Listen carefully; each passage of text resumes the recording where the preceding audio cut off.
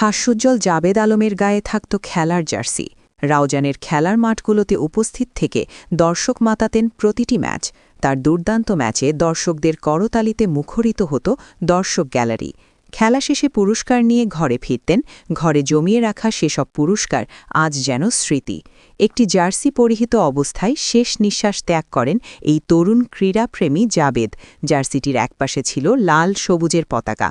দর্শক বলছিলাম, চাঁদের গাড়ি ও মোটরসাইকেল সংঘর্ষে মাত্র ১৯ বছর বয়সে প্রাণ হারানো রাউজানের ক্রীড়াপ্রেমী তরুণ জাবেদ আলমের কথা।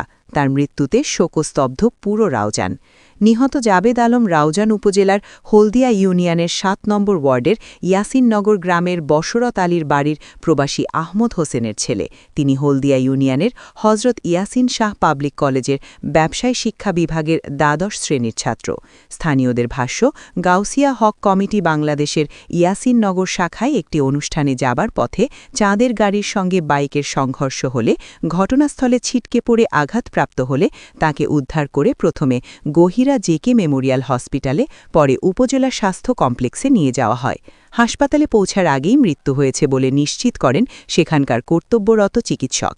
ঘটনার সত্যতা নিশ্চিত করেছেন রাউজান থানার ভারপ্রাপ্ত কর্মকর্তা ওসি সাজেদুল ইসলাম।